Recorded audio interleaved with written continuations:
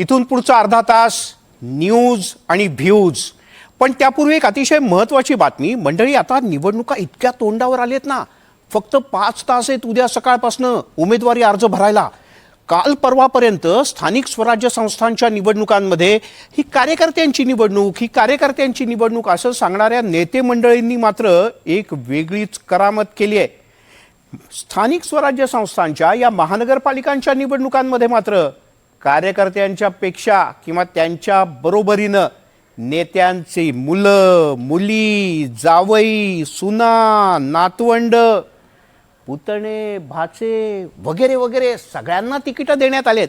आणि हे एका पक्षात नाही बरं का, सगळ्या पक्षात आहे. आपण एक नजर टाकूयात कोणकोणत्या पक्षात कसे हे नातलगांचेच उमेदवार झालेत कार्यकर्त्यांना मागे सारून ते.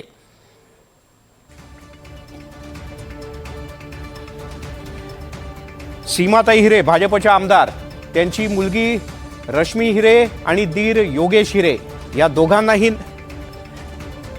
उमेदवारी देण्यात आले. पण त्यापूर्वी आणखीन काही अपडेट्स पाहण्यापूर्वी थेट जाऊयात संभाजीनगरला. संजय शिरसाट. पण ज्या मुद्द्यावर आपण मगाशी बोलत होतो त्या मुद्द्याकडे परत एकदा बोलूयात की कार्यकर्त्यांच्या म्हणता निवडणुका नेमक्या कोणाच्या आहेत आणि कोणाला कशा पद्धतीने उमेदवारी मिळते आहे आपण पाहूयात.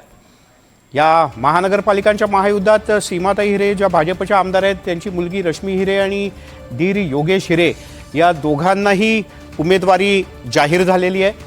यासोबतच देवयानी फरांदे भाजपच्या आमदार, त्यांचा मुलगा अजिंक्य आमदार यालाही नाशिकमधनं उमेदवारी मिळाली. हे घरातलेच उमेदवार बरं का, आपण आता फक्त नाशिकपुरतं पाहतोय.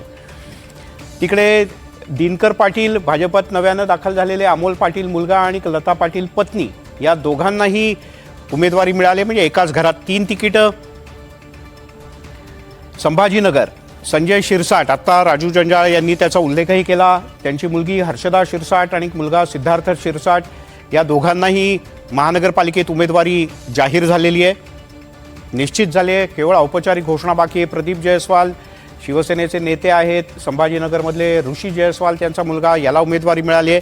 म्हणजे संभाजीनगरमध्ये सेनेचे 2 नेते असे आहेत की ज्यांच्या मुलांना घरातच उमेदवारी मिळाली. गिरीश बापट दिवंगत नेते, त्यांची सून स्वरदा बापट यांना उमेदवारी घोषित करण्यात आली भारतीय जनता पक्षाकडनं कसब्यात पुण्यातून. असलम शेख काँग्रेसचे आमदार आहेत मुंबईतले. मोठा चेहरा त्यांचा मुलगा हैदर शेख याला उमेदवारी काँग्रेसच्याकडून जाहीर झाली आहे. इथे काँग्रेसच्या सोबत आता वंचित पण आहे. किरीट सोमय्या यांचा मुलगा नील सोमय्या याला घाटकोपरमधून उमेदवारी जाहीर झालेली आहे.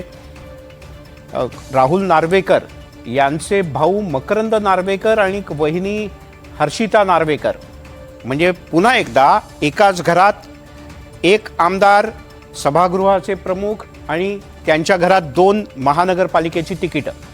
राज पुरोहित भाजपचे ज्येष्ठ नेते, माजी आमदार, त्यांचा मुलगा आकाश पुरोहित, राज पुरोहित यांचा मुलगा, त्यालाही उमेदवारी जाहीर करण्यात आली आहे.